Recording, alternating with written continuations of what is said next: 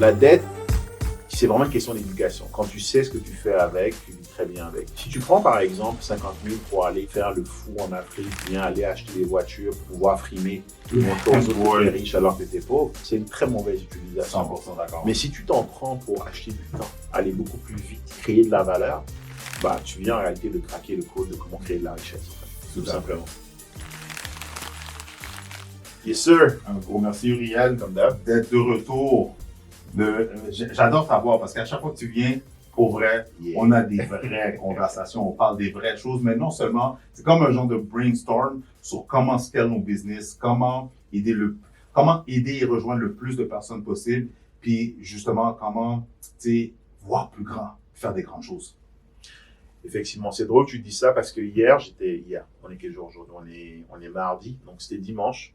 Je travaillais sur mes objectifs et je me suis dit, j'étais en train de lire un bouquin qui s'appelle The Best Version of Yourself. OK. Et dans ce bouquin, il parlait, au fait, il y a un chapitre où est-ce qu'il disait, mais il faut que tu vois grand. Un peu l'équivalent de ce que tout le monde appelle le 10X de Grant Cardone.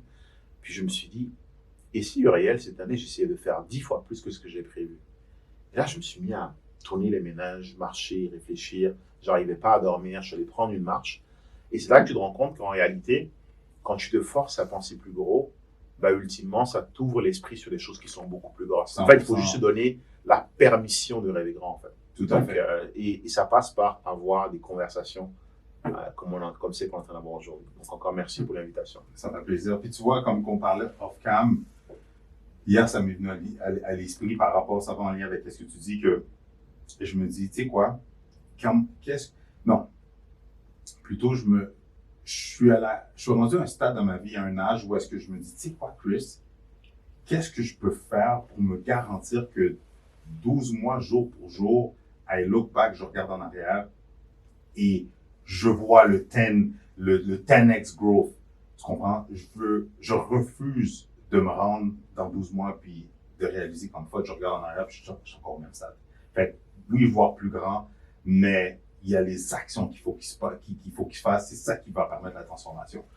Puis, tout ce que tu vas accomplir dans la vie va être le résultat de deux choses, la planification et la prise d'action. Mm-hmm. Tu ne peux pas accomplir quelque chose de grand si tu ne planifies pas. Puis, on dit souvent, if you fail to plan, you are planning on failing. True.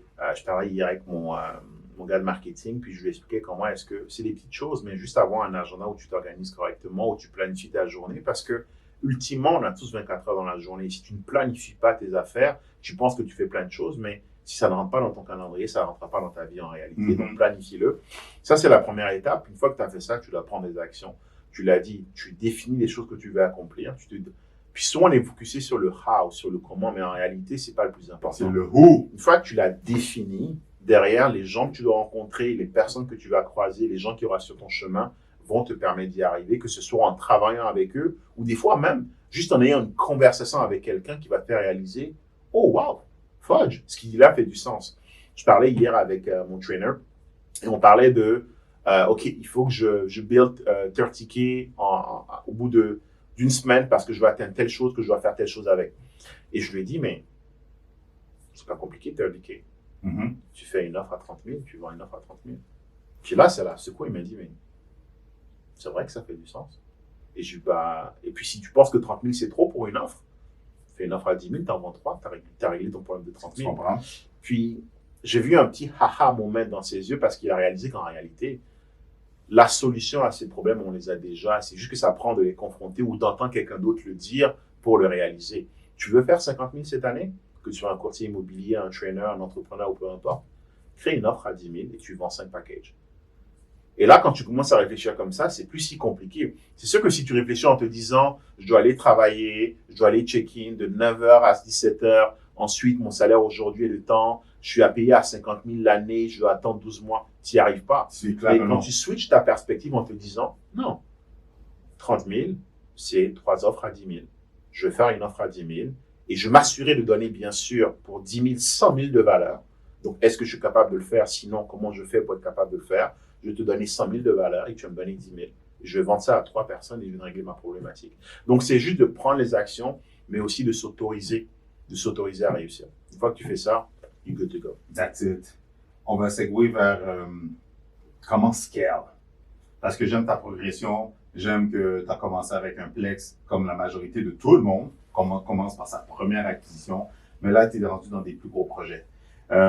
Puis une des choses que, comment je peux dire, qu'on est limité un peu, pas qu'on est limité, mais qu'on nous a programmé sur, tu sais, d'origine haïtienne, toi d'origine du Bénin, mais je trouve que nos parents étaient très genre à l'époque de fais pas affaire avec ta communauté, ils sont pas sérieux, explique pas tes affaires, tes projets aux autres, ils vont hate, ils vont ci, ils vont ça.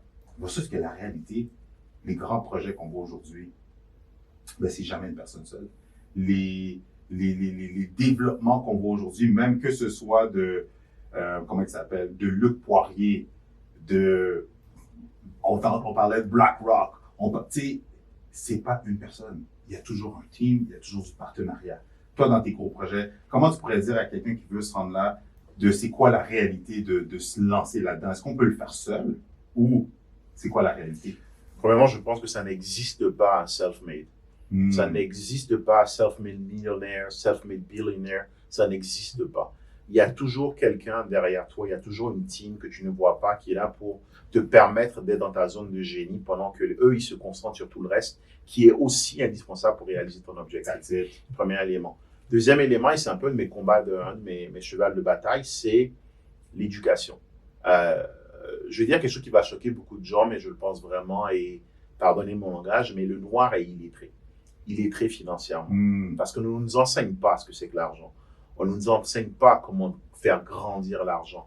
On nous enseigne à avoir des diplômes. Je suis un premier exemple, j'ai un master en technologie de l'information, j'ai fait toutes les bonnes écoles en France, en Chine, aux États-Unis. Mais ça ne m'a jamais permis d'avoir plus que 120 000 de revenus annuels. Là où mon revenu a vraiment scalé et explosé, c'est quand j'allais chercher l'éducation, de la connaissance et que j'ai appris des skills. Si tu n'as pas de compétences, tu ne peux pas générer du revenu. Du revenu, qu'est-ce que c'est? C'est que tu as un skills que tu apportes à quelqu'un et qu'il te paye en échange.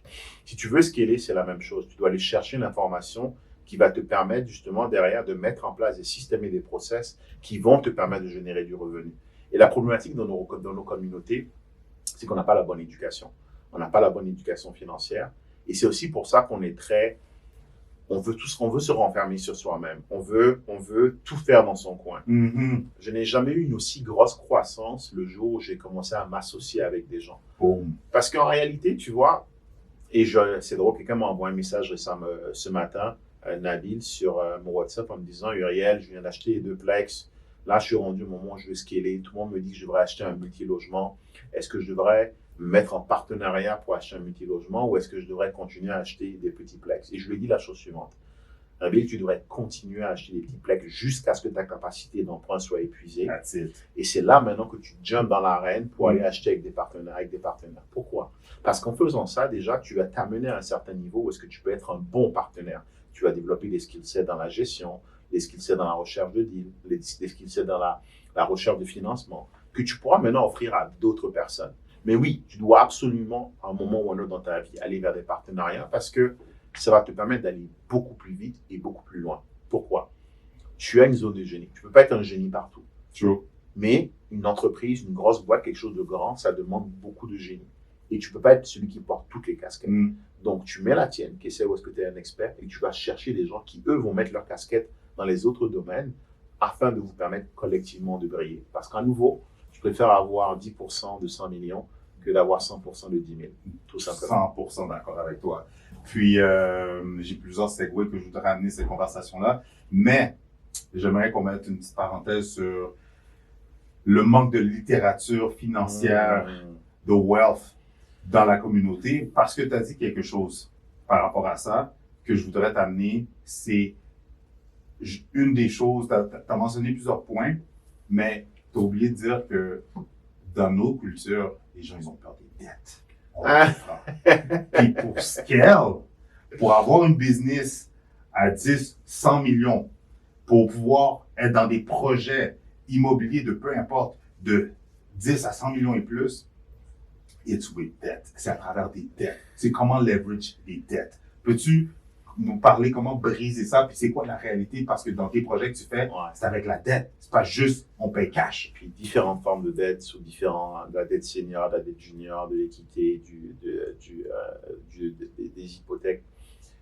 Pour répondre à ta question, je vais te raconter l'histoire de Lonis, qui est Mhm. une personne que j'ai eue sur un de mes appels. Donc, habituellement, c'est mon équipe qui prend ce genre d'appel, mais une fois par mois ou par an, j'aime bien prendre les appels pour être en communion un peu avec la communauté et ceux qui viennent vers nous pour nos différents programmes d'accompagnement. Et elle m'expliquait qu'il y a 2 ans, en plein Covid, elle et son mari ont acheté une maison à Gatineau à 500 000. Premier investissement, ils ont commencé par une maison. Tous, elle fait plus de 100 000 de salaire, il fait plus de 100 000 de salaire. Ils ont des bons revenus. Ils travaillent dans la santé, ils travaillent pour le gouvernement. Et ils ont acheté une maison à 500 000. Puis 2 ans plus tard, ils devaient seulement 400 000 dessus. Ils ont vraiment payé parce que eux, mentalement, ils veulent se dépêcher de rembourser la maison. Et quand je lui ai parlé, elle me disait que là, ils avaient chacun un 200 000 qu'ils avaient réussi à accumuler en épargne. Et elle voudrait investir, mais son mari voudrait qu'il rembourse entièrement la maison.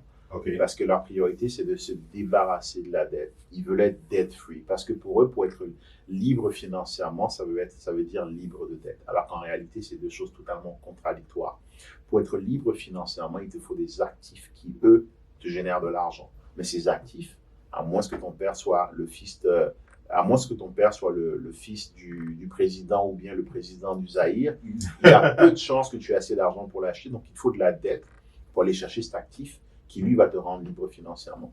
Ils ont finalement pris la décision de prendre leurs 400 000 et de rembourser entièrement la maison, alors que je leur ai conseillé de prendre ces 400 000 et d'aller acheter 2, 3, 4 plex qui allaient leur générer assez, non seulement pour rembourser la maison, mais pour leur donner un plus gros patrimoine à transmettre à leurs enfants et aussi pour leur donner un meilleur lifestyle. La problématique dans les communautés noires, c'est qu'on pense que la dette est quelque chose de mauvais. Et on a été éduqués comme ça. Je suis issu d'une éducation catholique, francophone, où est-ce qu'on nous disait il ne faut pas devoir de l'argent, il ne faut pas devoir de l'argent, alors que dans la Bible, c'est l'inverse qui est dit. Tu connais l'histoire des talents dans la Bible, où est-ce qu'un maître donne un talent à un de ses serviteurs, il en donne 2 à l'autre, puis il en donne 5 au dernier. Celui à qui il en a donné 5, il va le multiplier, il va l'investir et il le transforme en 10, excuse-moi. Celui à qui il en a donné 2, le multiplie, le transforme en 4. Et celui à qui il en a donné 1, le prend et l'enterre parce qu'il ne voulait pas prendre de risque. Quand le maître est rentré, qu'est-ce qu'il a dit? Il a dit, serviteur, tu n'as pas développé ce que je t'ai donné, sors de ma maison. Et il a félicité les 2 premiers qui, eux, ont multiplié par 2 ce qu'il leur a donné. Si tu ne prends pas de risque sur cette terre, tu n'arriveras jamais à rien. Et c'est vrai qu'aller chercher une dette, ça peut être vu comme un risque, mais c'est surtout quelque chose qui te donne une opportunité. 100%. L'opportunité de créer de la richesse, de créer de la valeur. Et donc finalement, cette famille a décidé de payer entièrement leur maison. Puis aujourd'hui, ils vont se retrouver avec une maison, oui, qui est entièrement payée. Ils n'ont plus de loyer à payer. Mais ça ne va pas leur donner de quoi vivre quand ils seront à la retraite. Ça ne va pas leur donner de quoi payer les études de leurs enfants. Ça ne va pas leur donner de quoi avoir une retraite décente. Parce qu'ils ont voulu assouvir, ils ont voulu répondre à un besoin psychologique qui est de dire « ma maison est payée ».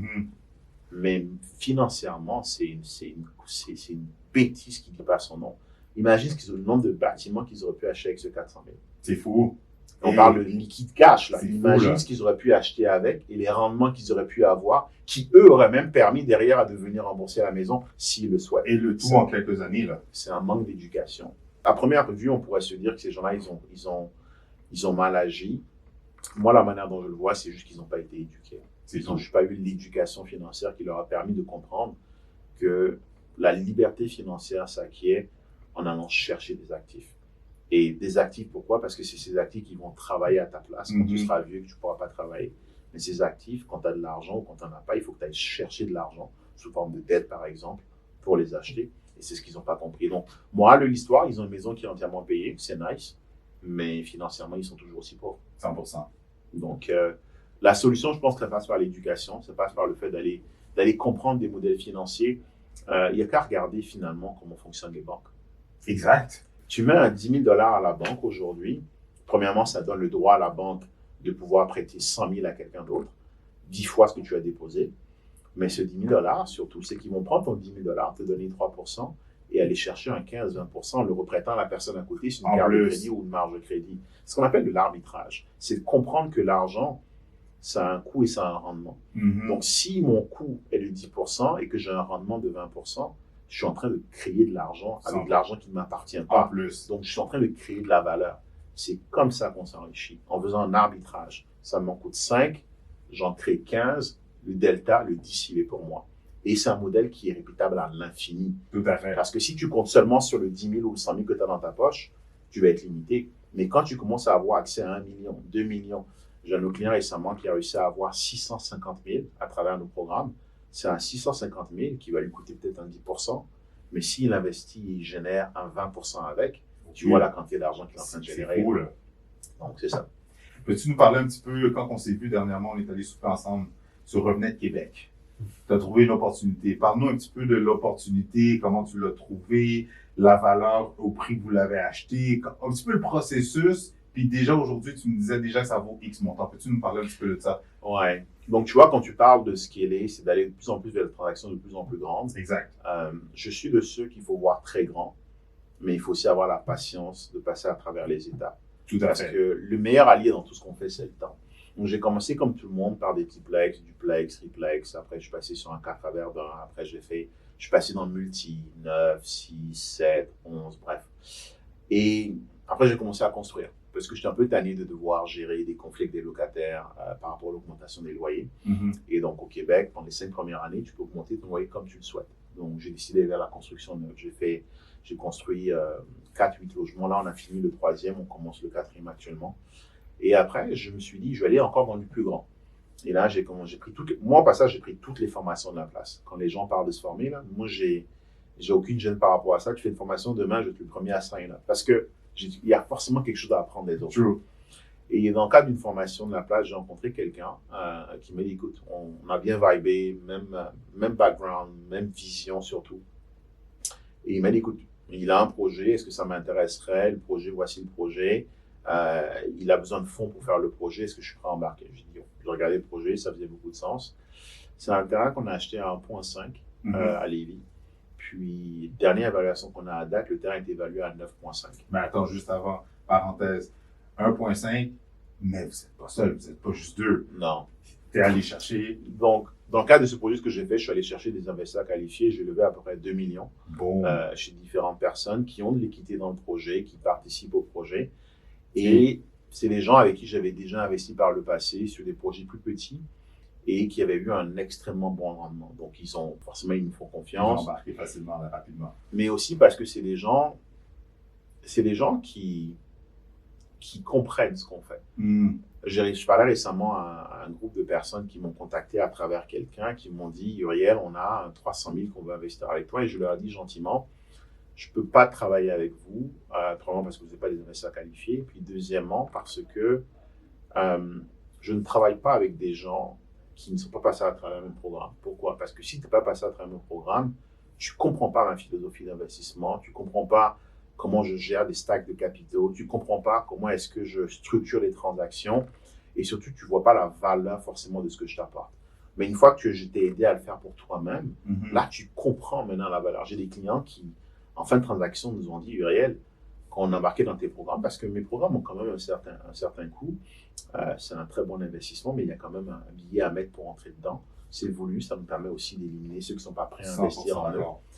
Et ils m'ont dit, Uriel, quand on embarquait, on était un peu hésitant. Pas hésitant, mais on se rendait compte que c'était un gros investissement qu'on faisait. Mais maintenant qu'on a fini nos transactions, ils sont deux, on réalise à quel point la valeur que tu apportes est importante. C'est des gens, en fait, qui ont vu, qui ont compris, qui sont passés à travers et qui ont pris le knowledge qu'on leur a donné pour faire des choses extraordinaires. Donc, si demain, je leur propose un deal, ils comprendront la valeur de ce que j'apporte. Et donc, je te parle de ça parce que souvent, dans ce genre de projet, je vais aller vers des gens avec qui j'ai déjà travaillé. Des relations de bâti. Des relations de bâti. J'ai un track record avec eux, donc ils savent ce que je fais, ils savent comment je le fais. Mais surtout, c'est aussi ce que j'appelle des gens qui ont la même vision que moi. Il y a un de mes partenaires, je pense qu'il a dû mettre 600 000 sur le projet. Il ne m'a jamais appelé pendant 2 ans par rapport à ce projet-là, parce qu'il sait que ça avance, il voit comment on fonctionne, et il voit la vision à long terme. On parle de construire 315 logements pour une valeur totale, une fois construit, de 100 millions, pour une valeur de revente d'ici 7 ans à 150 millions. Tu sais, il n'est pas là à dire, écoute, ça me coûte, j'ai besoin de mon argent, là. Tu sais, il voit la valeur, puis c'est pas compliqué. Un terrain acheté à 1,5, évalué à 9,5 derrière par une firme d'évaluation. En combien de temps? En 1 an. That's it, là. Mais pourquoi? Parce que derrière, il y a eu un changement de zonage. C'était un terrain qui était zoné un peu industriel, commercial. Puis le zonage a changé, on a valorisé le projet pour vraiment monter la densité d'un point de vue résidentiel. Tout à fait, vous avez un plan aussi. Architecte, ingénieur, on a fait toutes les études qu'on doit faire pour présenter un plan vraiment avec une vision d'un projet. On est en cours de demande du permis, on attend justement qu'il soit approuvé. Juste pour parler des chiffres rapidement, pour un plan comme ça, vous êtes rendu à combien de dépensés? Parce qu'il y a beaucoup de monde qui pense, ah ben moi je vais me lancer. Ben oui, c'est comme ça. Juste ce genre de plan-là, puis c'est même pas le plan final, mais juste en termes de plan, combien vous êtes rendu? Combien ça vous coûte? C'est pas ce qu'on a dépensé, parce qu'on a pris certains arrangements, mais je te dirais qu'en termes de soft cost, il faut que tu comptes sur un projet à peu près 25 000 par mois. Ouh, 25 000 par mois. En termes combien de de temps soft vous avez? cost, 315. Et faites le calcul tout le monde. En termes de soft cost, bien sûr, c'est des choses que tu payes sur toute la durée du projet, mais en termes de soft cost, un projet immobilier au Québec, grosso modo, construire va te coûter 225 000 la porte. Tu vas ajouter tes soft costs à peu près 25 000, donc tu es rendu à 250. Tu vas avoir des frais financiers, donc les intérêts à peu près 15 000 la porte, donc tu es à 265. Tu vas avoir ton autocotisation qui est donc les taxes du gouvernement, donc un 20 000, donc tu es à 285.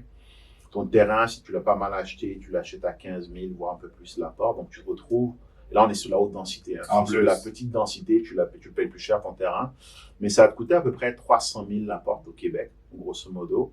Et en fonction de où est-ce que tu vas construire et des valeurs locatives que tu vas aller chercher, si tu sais aller chercher du 2,25 le pied carré locatif, tu vas avoir une valeur autour de 325, 350 en fonction du cap rate qui est pris en compte. Okay. Donc, tu vas être à peu près sur quelque chose qui te coûte 300 000 à construire pour une valeur de 325 voire 350 en fonction des secteurs où tu vas être.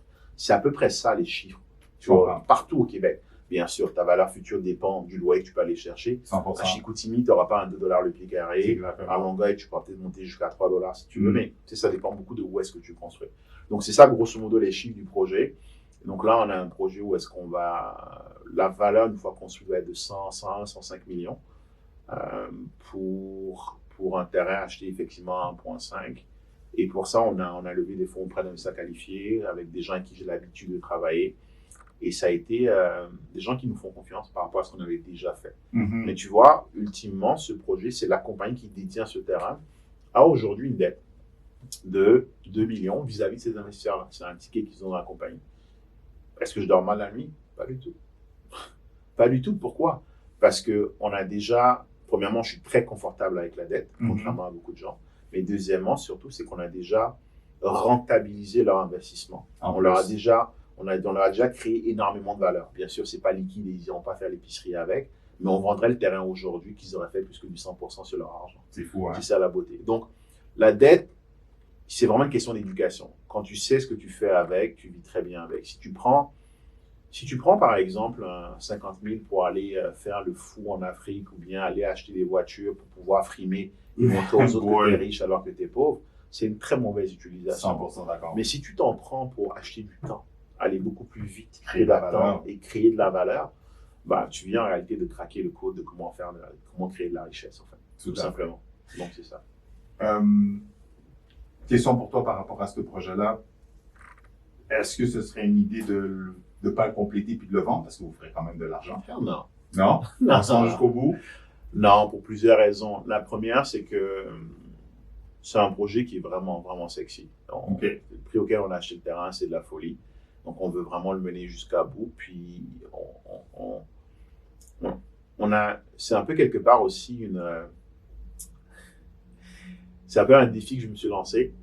Personnellement, j'ai un certain nombre de portes que je veux atteindre dans ma vie, puis que j'en ai plus ou que j'en ai moins, ça ne va rien changer à ma vie financière, mais c'est plus, on se donne des objectifs dans la vie. Tout à fait. Et donc, ce 315 fait vraiment un peu une pierre angulaire de ce que je veux accomplir, donc je veux aller jusqu'au bout. Deuxièmement, c'est parce que j'ai constaté que, là, je parle avec des institutionnels pour lever des fonds. Donc, on parle de très, très groupes financiers qui déploient plus de 3 milliards de dollars par an au Québec et dans le reste du Canada. Puis ce que je constate, c'est que ce qui les freine un peu, c'est le manque d'expérience. C'est quand je regarde tout mon portefeuille, on parle de plus de 400 portes, mais ce qui leur freine, c'est le manque d'expérience. Et donc, je ne veux plus jamais être dans une position où quelqu'un me dit vous avez pas assez d'expérience. Et donc, pour moi, la meilleure façon de le faire, c'est d'amener ce projet à bout. Parce que si je vends et je prends une coupe de millions, c'est nice. Mais la prochaine fois, je vais vouloir construire un 200, un 300 ou un 400. On va dire à nouveau.